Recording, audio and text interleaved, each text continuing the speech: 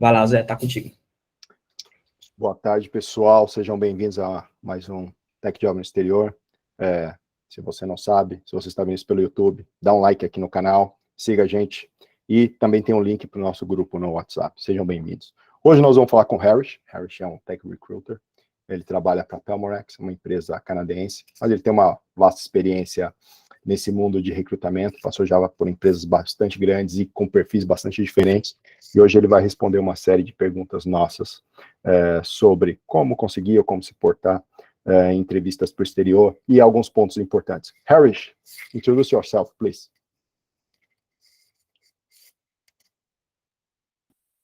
Hi everyone. I've got a bit of an unstable internet connection, so forgive me if there's any issues. My name's Harish. I've worked in tech recruitment for the last 8 years. Pretty much my whole career has been in that space. My education background was completely different. I thought I was going to become a doctor or a dentist, but decided that wasn't for me.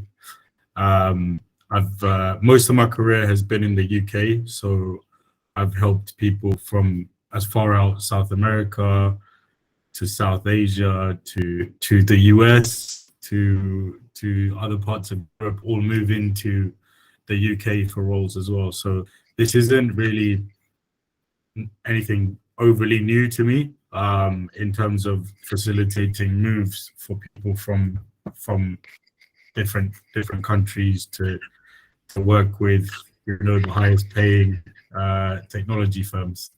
So what I do now is I help Jose and the team at Pelmorex recruit for all of their data and salespeople. My background, I specialized in technology recruitment, but for a good 5 years, this was all focused in cybersecurity.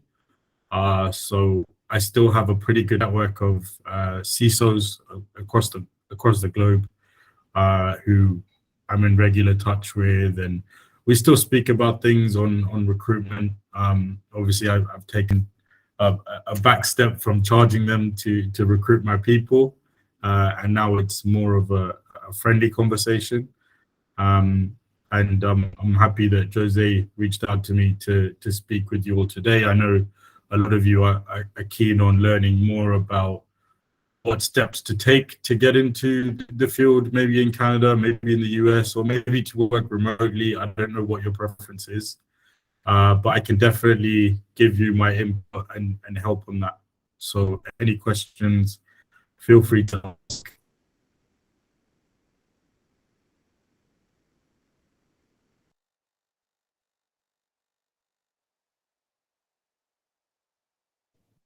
So, congelou pouquinho, Harris. If you want to turn off your camera for a more stable connection, it's not a problem. If you are here, of course.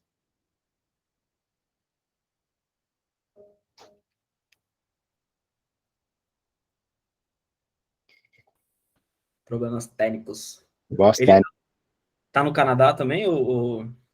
Não, como a empresa tem a política de você pode trabalhar de onde você quiser, agora nesse momento ele está na Tailândia, por isso os bits têm que viajar um pouco mais para chegar onde precisa.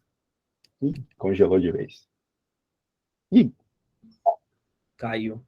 Quer parar a gravação um minutinho aí, Felipe? Só para... Não tem problema não. Não? Vou deixar fazer o corte? Beleza. Depois a gente tem uns filmmakers aqui, os caras editam. Ô Zé, fiquei curioso aqui. Um dia aconteceu isso comigo numa entrevista. Alguém falou alguma coisa aí que está curioso sobre alguma coisa? Você falou que a empresa aí dá a possibilidade de você trabalhar em qualquer lugar do mundo, né? Nesse caso, eles te deram essa possibilidade, você não, então eu posso trabalhar do Canadá? Você fez isso? Existe uma coisa com muitas empresas canadenses, que você pode começar a trabalhar remoto enquanto o seu visto sai, mas você tem que vir aqui. Tem uma questão tributária, uma questão, não sei, legal, e geralmente existe a exigência que você venha para o Canadá e seja um trabalhador dentro do Canadá, pague imposto dentro do Canadá. Depois disso, se você quiser ir para Tailândia, voltar para o Brasil, beleza, mas você está registrado no Canadá, você trabalha como um canadense, de fato. Então é meio esquisito, assim, que você poderia trabalhar de qualquer lugar, mas você tem que estar no Canadá. É de qualquer lugar, desde que você esteja registrado no Canadá. Hey, Harris, you're back? Yes, I am. I think I might turn my Okay. camera off just so I can stay on. Okay, no problem, no problem. Let's start with the questions. So, first question, from that set of questions I sent to you yesterday. The first one, and then show everybody. In Brazil, we don't usually send cover letters or cartas de apresentação. And time to time, when we apply for a job in United States, Canada, UK, and many other places, they ask for a cover letter. And then first question, Harris, how important is the cover letter? So absolutely 0% input from a cover letter. I think, so when I worked for Hayes, they were the largest tech recruiter in the UK and Ireland. We actually had a stat to say that on average, a hiring manager will spend 4 to 5 seconds on your resume, just skim reading your resume. As nice as these cover letters are, they really do not help you. I think another problem that people face when writing these cover letters is they write a very generic one. Like they'll say something along the lines of, "Hey, I'm Harish. I'm a team player, but I can work independently, and I'm proactive, and I really think my skills fit the criteria you're looking for." Which, to be honest with you, it applies to any job. So, in the one or two, well, in the small number of cases that a manager takes the time to reading your cover letter, if anything, it doesn't impress them because you haven't taken the time to understand what the opportunity is. You've kind of said, it's almost like a very open newsletter. It can apply to anyone. There's nothing specific about it. If you took the time to say, "Hey, Jose, I really like your experience at Pelmerex. I think I'd be great for you because I use this tech stack and that's what you're looking for." That's 1 or 2 lines. That could be more helpful than writing an entire, "Dear hiring manager, please take me into consideration," that kind of cover letter, which I think most people do, right, when they write a cover letter. But for me, 0 to 5% importance. Okay, that's a staggering number, Harris. And as you said, I have the understanding if you use well the cover letter as a sales pitch, could work. Is my thought correct or not? Or even with this sales pitch approach, I agree. So with so for example, when I worked as an agent, I would sometimes, I would interview you. So, if I was representing you, Jose, I would, message one of my contacts and say, "Hey, I'm working with, Jose. He's got experience, his international experience in Germany, Brazil, and now Canada. Got some leadership experience, very proficient in these tech stacks." And again, very few lines, almost bullet points, if I can help it, because again, you have to understand, think about your email inbox. How many emails are you listening to? How many emails are you really going in and reading every sentence on? You're not. You have to catch their attention. Even then, it's kind of very hit and miss. Like, you have to remember that even on platforms like LinkedIn, everybody is doing this. And if you're unfortunate, sometimes you catch the manager at, almost at an irritating point where it's like, "Hey, like everyone's messaging me, man. Like, I know that we're recruiting. Why haven't you applied directly to the link? We've made that easy for you." And you have to think it's kind of like if somebody was queuing up to speak, if you're queuing up in a shop and someone decided to jump in that queue, how does that make the shopkeeper respond to you? It's more of an irritation than a professional way to approach. So I think the intentions are pure. At the end of the day, you want to be considered, you want to be noticed, and you might be super relevant to the position. But unfortunately, it's just one of those situations that often it's first come, first serve. It's helpful if you know someone in the business, do that. I actually recommend that. I think reaching out to, say, for example, you've got an opportunity in one of the teams at Pelmorex, and Jose, so ask Jose, like, hey, can you put in a word for me? We always consider referrals. As long as the profile is relevant, we will always interview them. And I think most companies are now focused on that approach because we care about our reputation. We care about, people research companies on Glassdoor. People research how companies are based on the colleagues or any friends you might know at Pelmorex. If they had a bad experience with us, that's going to ruin us for a few years. That's never going to, that has a long-term detrimental effect. So using referrals, using people that growing your professional network. If you're a data engineer, a software developer, connect with lots of software developers in that region that you want to apply for roles in. When you see a company hiring on LinkedIn, make sure your LinkedIn profile is up to date. Like, have a picture, have a little blurb about who you are as a person, as opposed to your tech stack, and your job history, and try and connect with people that are in that business. Like, sometimes, without knowing, you can connect with someone who does the same role as you in that business, and just from the conversation, you impress them, in terms of what you're asking about, what it's like to work there. They might even offer to put in a good word for you. This is so much better than that whole spray and pray method, which is sending everyone this generic message that everybody knows when they read, that this is kind of like it's like a marketing strategy rather than an actual personal, genuine bit of contact. So yeah, I think I agree with the sales pitch side, but be mindful, be careful of, how many people you do this to and how tailored your message is. Okay, that's a great insights, Harish. And Samantha, you have 2 questions for Harish. Shine, please go to the stage. The first question is, how important is, sorry, I'm reading the wrong one. What skills are important to stand out? Technical skills or soft skills? And which skills?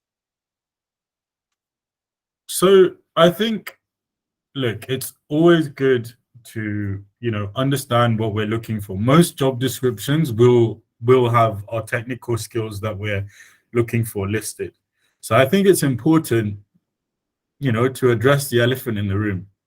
I actually think it's as important as it is for you to say you're proficient in X, Y, and Z skill, that 1 or 2 skills that you're maybe not as strong in, you should be upfront about that. I think that speaks volumes about your character.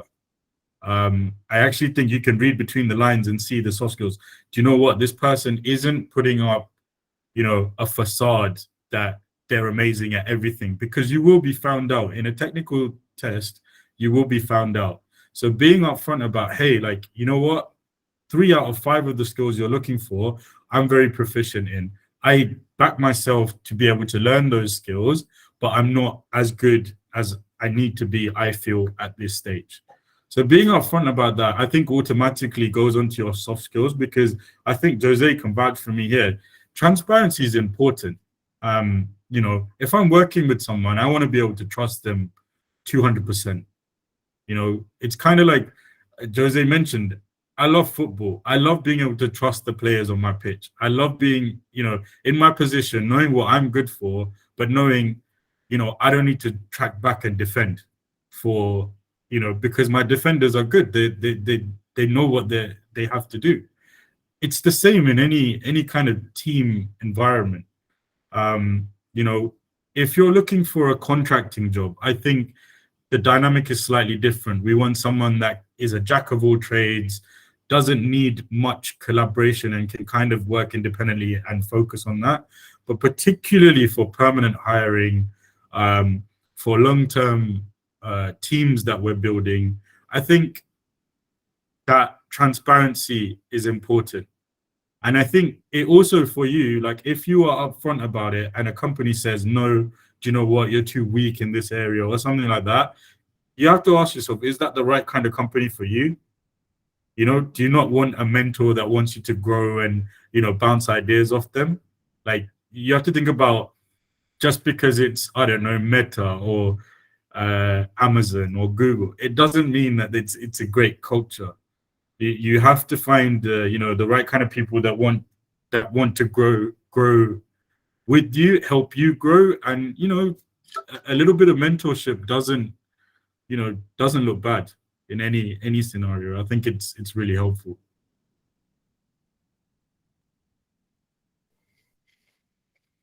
Well, the second question, sorry, can I go? Yeah, go on. The next question is it possible to be hired from outside of Canada as a junior dev?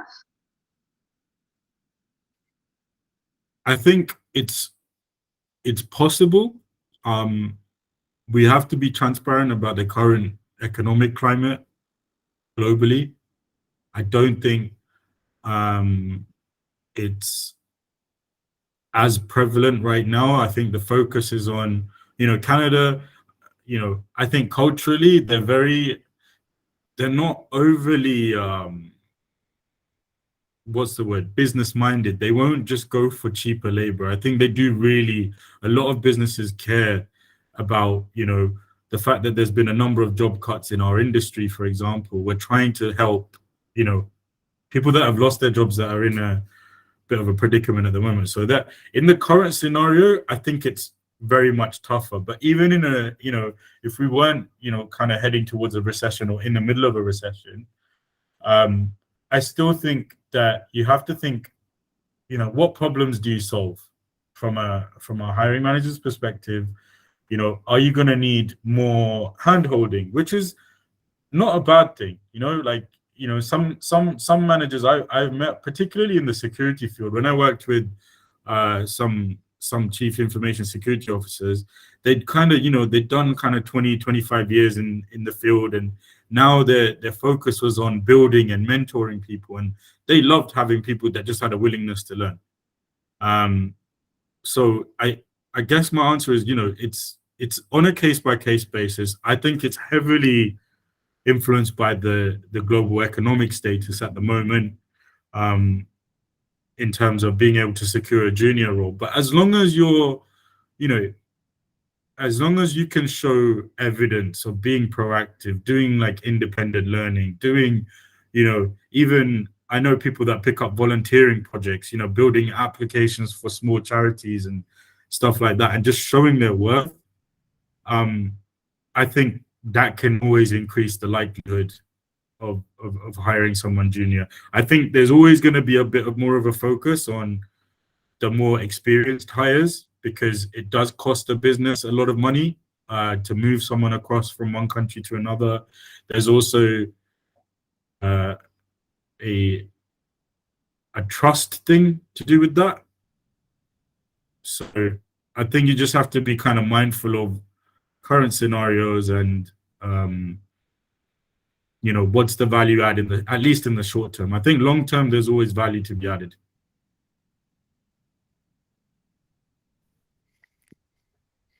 Thank you so much. Hey Harish, we have one question that and I made a new question on top of that. Is like Leonardo Gomez. He's not my relative, but we share the same family name.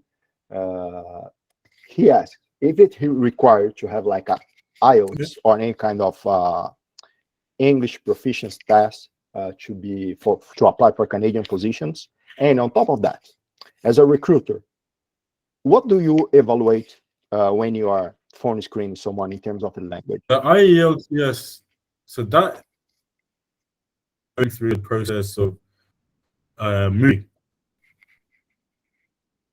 So sorry again. To apply for a job, is it required? Is it really required to have like a IELTS or self people or whatever for Canada? Is it required? Really required? And the second question is, it's more to do with it. So the IELTS, I'll answer the first part first. So the IELTS is rarely a prerequisite for businesses.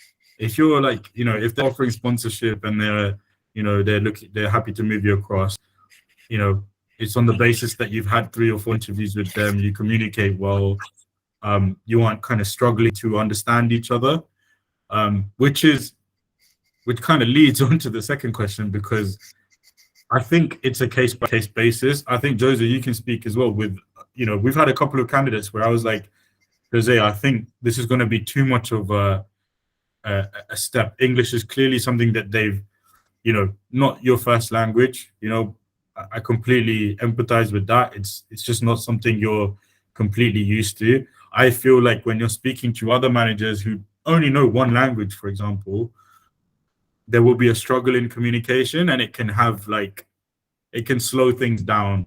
There can be things lost in translation. So that kind of thing, we just have to assess using our own experience, in conversation. If I have to, aside from having a rubbish internet connection like today, if I have to repeat myself and kind of slow down and over explain things, I'll make note of that. And I'll let the manager know, like, even if the content's great, even if they're answering the questions once they get the gist of it, I'd always let the manager know that, because it can, I know that a lot of businesses, the managers are working at high pressure. They want these people to, in some instances, speak to clients, speak to, finance, speak to other areas of the business. And if it's going to be like everything is going to have, 20% more time added every week, you're working an extra day. It adds up. So I think, the IELTS is a prerequisite if you're going through the visa processes independently. I know that they care about that. But for us as a business, like, if we're helping you, helping sponsor a candidate to get over to Canada, the assumption would be that they were able to communicate well enough in interview.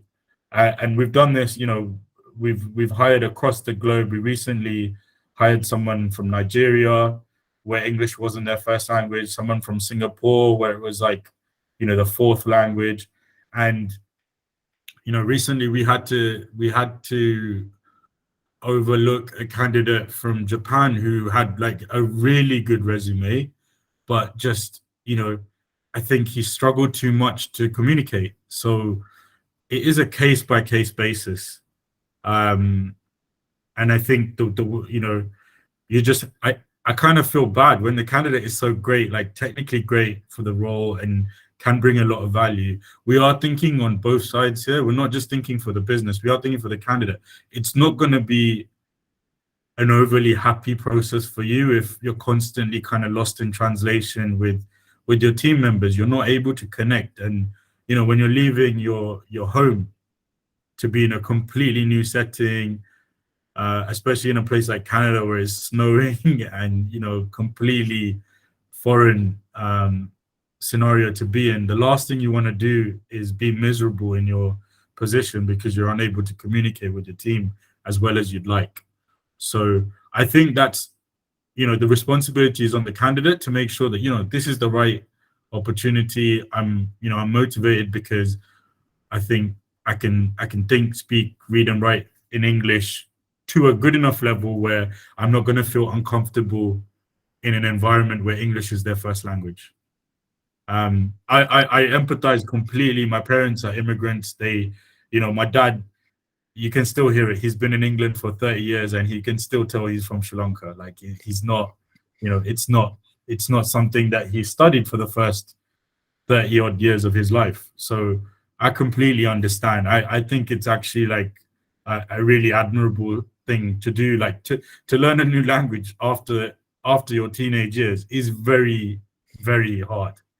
And I know in Brazil that, you know, English is not going to be, you guys speak Portuguese, right? So it's not, you know, but by no means is it something where it's looked down upon. We're thinking about it like, you know, are both parties going to be happy long term? Do we want to move someone from their homeland to another country, another environment, another culture, and add to their misery? No, we just don't want to do that. As many problems as it might solve. Okay, that's a very interesting answer, Harris.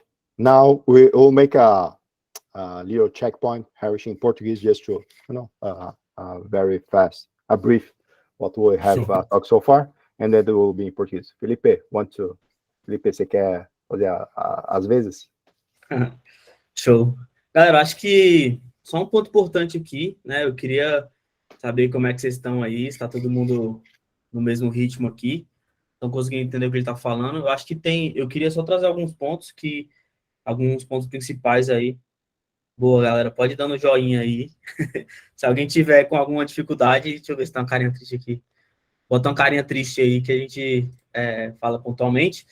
Mas, cara, eu acho que aqui a gente está quebrando alguns mitos aí, né? A gente vem, ao longo das sessões aí, cada vez a gente vai quebrando mais mitos, né? O primeiro deles, eu acho que foi até um espanto para muita gente, é a questão da cover letter, né? A carta de recomendação. Na minha cabeça aqui, o que eu coloquei foi que um refer, né? Alguém te endossando dentro da empresa é maior do que uma cover letter, né? Então, isso é mais importante para o recrutador do que uma cover letter. E o segundo ponto é que tem vaga sim para Dev Júnior, né? Então tem vaga sim no exterior para Dev Júnior, tem vaga para quem está começando, para quem está estudando.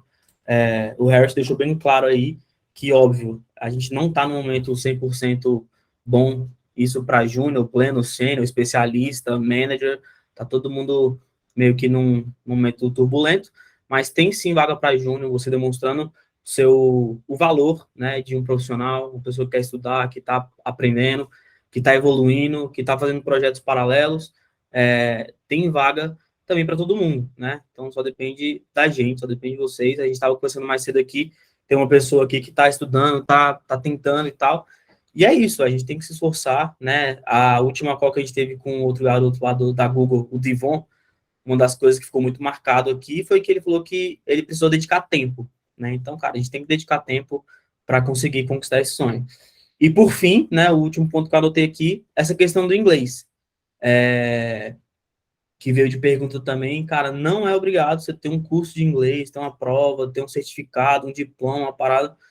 A questão é você conseguir compreender, né, o que o teu recrutador está falando contigo, ou que o seu time vai precisar de você, e você conseguir se fazer ser entendido de forma clara. Eu nunca tinha escutado falar da forma como o Harris falou aqui agora, né, que no final a questão você não pode deixar as coisas atrasarem muito, porque no final das contas é dinheiro, né, se alguém tem que ficar repetindo para você entender melhor, no final das contas é um trabalho que é feito 20% mais lento e é 20% mais grana que a empresa está gastando, sabe? Então, acho que é essa a preocupação, né, de você conseguir ter um nível de inglês suficiente para entender de boa, conseguir conversar, mas não precisa ter um diploma, não precisa ter algum teste aí, a gente tem vários testes aqui no Brasil, enfim, mas eu acho que alguns pontos importantes para a gente ressaltar até o momento aqui, e aí eu queria abrir também a palavra aí para alguém, se alguém quer dar uma palavrinha rapidinho, depois de 2 minutos, para a gente voltar com o Harris aí, acho que ele já deve ter tomado uma aguinha. Não? De boa? Todo mundo bem aí? Ok, so let's go back with Harris. Zé, é contigo. Harris, here we go. We're back. Harris, the next question is from Leonardo Gomes, and it's a very interesting question. In Brazil, we have culturally, when someone asks, we don't, first, in Brazil, we never spoke openly about salaries, you know, how much I had, you know, it's a cultural thing in Brazil. And it's very hard to, when someone asks your expectation, right, in Brazil, for you to set a correct number or in a correct range, let's say. And then the question is, how to calculate the salary expectation for relocation positions? Is that something you need to have in your mind? Where you look for information as well, if there is any tool that I can go, or any website I can go and say, okay, I'm moving to Calgary, and should they ask for, my salary expectation should be or must be in this range? How is that approach, Harry? How I calculate the expectation, and if there is any tool that can help on that? Sure. So this is, very, very common. Culturally, we don't speak about salaries. Like, even for me, it was when I first got into recruitment, they were telling me, oh, every candidate you speak to, qualify them on the salary range they're looking for as well. So, on my big whiteboard next to my desk, I would have, Java developers. That's who I started with, and I would have their salary range. And I always I got really worked up when I would ask them their salary as well. I would be like, hey, if you don't mind, could you give me a rough idea of what you're looking for, salary? And my voice would go really quiet as well. I was not confident about it at all, because I had been raised on the same values. It's rude to ask someone their salary. You should never, it's just not normal. And in England, there are plenty of industries that still feel that way. But I think the way to come out of that mindset is the fact that, to trust the recruiter you're working with. Like, there's a reason they're asking you. They need to make sure that we're on the right page about the range we're looking at with you. Even when I was an agent, I could probably push and advise. I'll always advise based on market rate, because I think, particularly in tech, there is a culture where people oversell themselves, because recruiters don't help you. They send you emails saying, oh, you're a data engineer, earn 100,000, earn this, earn that. And they put that number in the title. They put that in the email just to get you to open it. There's no substance behind that. You can't, in data engineering, for example, in 2 years of experience, you're not worth, a company is not going to pay you 100K. That's just, I think you have to filter out where you source your information. Me personally, I recommend Glassdoor. Even when I was applying for jobs in Canada from England, my partner's Canadian, and we decided this was going to be the best option first. I just went on Glassdoor. I looked at the salary ranges. They weren't all super accurate, but it gave you a rough idea. If you looked at 15 to 20 jobs specific to that region, so Toronto, for example, and you looked at jobs with similar job titles, you could see, the rough ranges. But one thing that I think none of these tools help you with is letting you know how differently certain industries pay. As a general rule of thumb, I don't know how many of you have experience in financial services. Financial services provide the most highly regulated environments. It's a bit of a hassle to work there. You don't have as much freedom of movement. Everything needs to be very law-abiding, very rule-following. Automatically, if a really sexy startup came to you with, they've got bouncy balls all over the office and people are kind of chilling out and there's an arcade and a table tennis table, that's the environment that you will pick. So financial services, as a general rule of thumb, they probably pay the top end of the salary range because they feel, do you know what? There's probably a good chance if we offer enough money, this person will want to come here and stay with us for as long as possible. Other businesses don't thrive off that. They care about things like work-life balance. They care about, if you're a parent or, for example, for you people here that are moving from Brazil, maybe you want to have that flexibility of being able to travel home once in a while. other businesses care about that, and I think it's very specific to industry. This is harder to find information. I don't know why the recruitment industry finds it very taboo to put salary ranges up on our job ads. I've always been an advocate for it because I think, you know, it's kind of disrespectful in some ways for me to speak to you. You know, we're not aligned on what salary you want and what salary I'm willing to offer. And it's kind of unfair. Like, it's a waste of my time. It's a waste of your time. If it's not relevant to you, why are we having the conversation? You're disrespecting someone's time.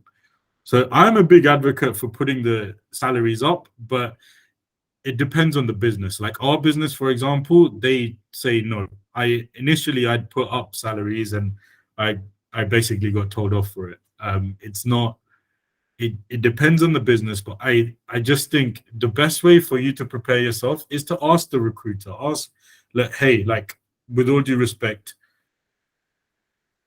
I'd like to know, you know, I'm moving from Brazil. The market rate here is very different to your market rate. So what would be a good range for someone with me at this experience? And I think you have to trust the recruiter that you're dealing with. For me, I'm very transparent. We had someone from Brazil not too long ago recruited by us, and I advised him. He actually came in something like 25K of what I would say is the market rate.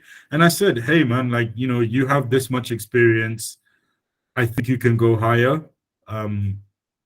But again, like, we're not, that speaks volumes of the culture at Pelmorex. It's not, every business is not going to operate that way. In my old business, when I used to work for Cognizant, I don't know if you guys are aware of Cognizant, they're massive tech consultancy, India-based. Their culture was very much, you know, beat down the candidate for the cheapest rate. You know, I would say, you know, if you told me 100K, I would start pulling faces on the screen and be like, nah, I don't know. You know, that seems like very expensive, you know, and pick holes in your resume, which is, in my experience, you know, that's a very toxic environment, you know, but that's because they're a consultancy. They make margins on your day rate. So they take up projects with different companies. They give them, okay, it's going to cost us 100K for this month worth of work. And they try and make, you know, they try and work the profit out from each individual. So for them, it's in their interest. For us, particularly when you're looking for a permanent role, I think we're keen on making sure that you're getting paid what you're worth, you're getting paid what you're comfortable with, so that you're not taking too much of a, you know, a hit. Particularly when you're coming from Brazil to Canada, I couldn't think of anything worse to do to you than give you, you know, the lowest end of our rate. I think that's so unfair, and just, you know, it's morally wrong. I think you're cheating people when you're telling them, oh, like, you know, you should go for this salary because that's 10K cheaper, and I'm trying to get, you know, brownie points with the manager I'm working with. It doesn't work that way. But I would say that not all businesses think that way. Some businesses, like, for example, the big consultancies that you'll have heard of, you know, they won't be thinking in a way to get you the most. They would be thinking in a way to make the most margin from you, because that's just their business model. So I think it's important to understand, you know, why this role has come about, you know, what the long-term vision for a role is, what the long-term vision for the business is. That gives you a good idea of, you know, is this somewhere that I can go in and just focus on my work because they're going to cover my finances. If you can look at it like that, you're no longer going to be attached to a figure. I think you're going to be attached to, am I living comfortably? Do I have enough money to put aside for my living costs, a little bit for my savings, and am I able to focus on my job? If you think about it like that, that figure should work. And I think not just looking at average salaries, but looking at living costs specific to a city. You know, often when you have remote flexibility, businesses will not pay as much because you're not going to be paying for commuting to work. you're not going to be paying for eating outside of your home. Like, you've got all the convenience in your house. So we will, the package will reflect that. And I think, using platforms like Glassdoor gives you a rough idea of the salary range for that position. It doesn't specify to the industry though. So I would try and find as much information on platforms like Glassdoor, even like on Quora and stuff. If you Google it, like some people have just talked about, oh yeah, I worked at Google as a software developer. These are the, I got paid this for this many years. You don't know how valid that information is, but somewhere like Glassdoor is verified. They will never take information from you. If you supply it from your personal email, they won't accept it as salary information. It has to be directly from your work email. So they have hurdles in place to stop misinformation coming on there. So I think Glassdoor is pretty accurate. I don't think it's super accurate to industry, but try and find the location. So even for these global companies, try and find it specific to a location. So they might be paying way less in somewhere like Poland for the same role because they have offices in Poland, but the living costs in Poland are super low. So it's relative to the place you're at. I looked at, so for example, I had a job offer from Revolut, who were offering a position in Canada and Singapore. And at the time I was trying to convince my fiance, let's move to Singapore because the salary was so much higher. But then when I looked into it, the living costs in Singapore are super high as well. So it's all relative. It's all very relative. I recommend Glassdoor, Googling. And if you can be cheeky, like I said, on LinkedIn, when you grow your network, have that off the cuff conversation. Maybe you find someone like Jose who's moved from Brazil to Canada. Ask him about the process. Ask people that have been through that journey. All that information is there for you. So yeah, as many information sources as possible. Of course, if you know someone in that who's been through that journey, even better. Okay, that's it.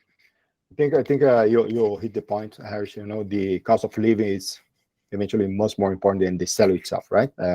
Yeah. Especially right now that inflation is consuming our money. So be careful, people. Be careful. Question from Jadson Dantas, Harris. He said he's very strong on C# and .NET framework, but he knows Node.js, for instance. And then he asked, can I apply for Node.js position as well? Okay, it's not his strongest technology or stack, but he knows it. Or does it go in the same, in the first question you said about the transparency? They say, okay, I'm very strong on this, but I'm halfway on that.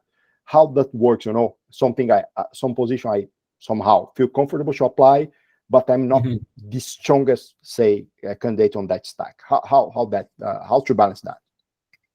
I think, yeah, transparency, number one. I think be upfront about it. Elephant in the room, talk about it. Don't hold back and try and wait until the tech test, because it's gonna come very evident that you're stronger on the C#.NET compared to Node.js.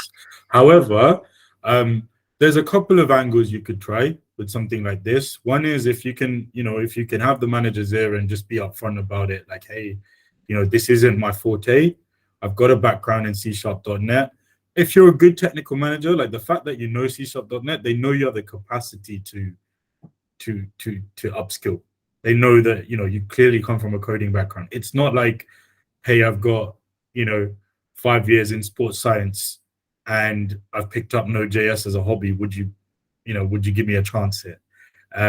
This is something still remotely relevant. It's still in the same domain.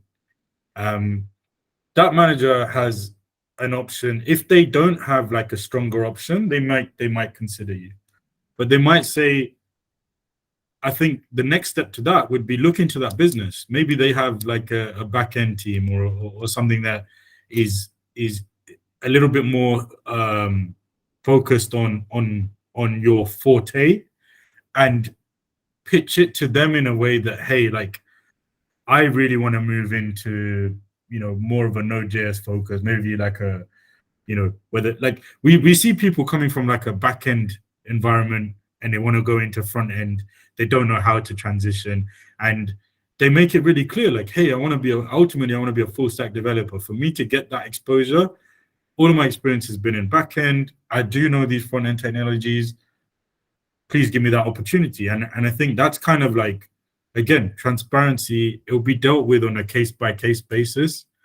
I actually think, you know, the more conversations you have for a situation like that, I think it's a case of having more and more conversations with decision makers. A recruiter, I'll be honest, like, not to toot my own horn, like I feel like I go out of my way a little bit when I meet candidates like this. If there's a sideways step, I'll try and pull the manager and be like, hey, look, I don't think this guy's super relevant, or this person's super relevant to this position, but they've told me X, Y, and Z. I like their experience. I like their attitude. Can you give them the time of day? More often than not, that's Jose in at Pelmerex for me. That I'll reach out to him, like, you know, can you you know, give this person 10-15 minutes and, you know, maybe send them in the right direction, kind of thing. But I think with this particular scenario, you're just gonna have to have that conversation with as many managers as possible. I don't know that every recruiter is gonna give you the time of day, because we are also super swamped. Like, for example, I've got, you know, 100+ applicants across 6 or 7 positions I'm recruiting for at one time. We're not always in a position to be like, hey, yeah, let me give you 15 minutes of my time, let me explain. So, you know, it's just being mindful of who you're speaking to. Like, not every recruiter is going to be in a position to understand or be in a position where they've got, you know, a manager that they can turn to. But I think connecting with managers that recruit for like Node.js people is one way to start. Like, maybe don't even probe them for their company. Just like, look, how would you make the transition?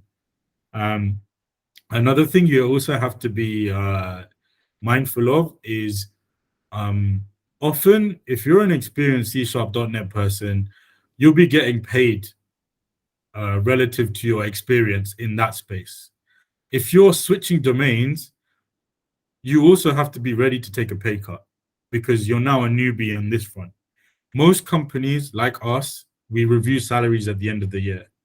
You've got to take that you've got to be open to taking that pay cut, and showing your worth in that 1 year. If you can show them like, hey, I've got up to speed, I've got up to this position, and, you know, they acknowledge that, and then your new, when your salary is reviewed, it gets you back up to the stage you were at, great. If not, worst case scenario, you've now got a year's worth of experience in Node.js, and I'm sure you will have been, you know, come across leaps and bounds from where you started, and you're in a perfect prime position to apply for new roles.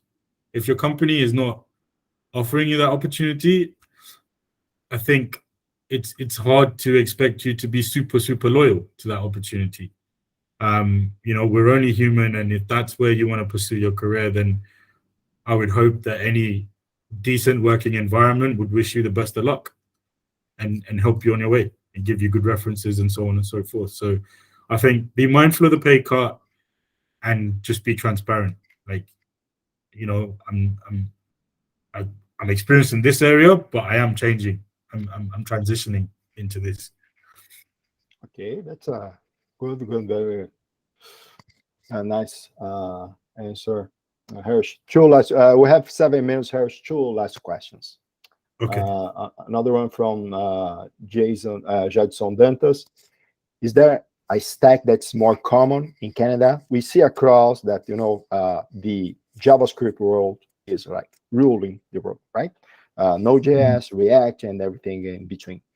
Is that the most common stack in Canada, or you see opportunities for other stacks as well, like, you know, Java world, C# or .NET framework, or Python, or how would you I do think that that's the most common, but in my experience, like when I first started recruitment, everyone was using kind of Microsoft technologies like C#, .NET. That was the focus, and then it kind of transitioned into, oh, like, you know, that technology is old, like we want, you know, we want more of a Java focus. I think it's, you know, it's hard to put your finger on, oh, like this is the tech stack to be working on. I think just focus on what you enjoy. Be mindful of industry trends.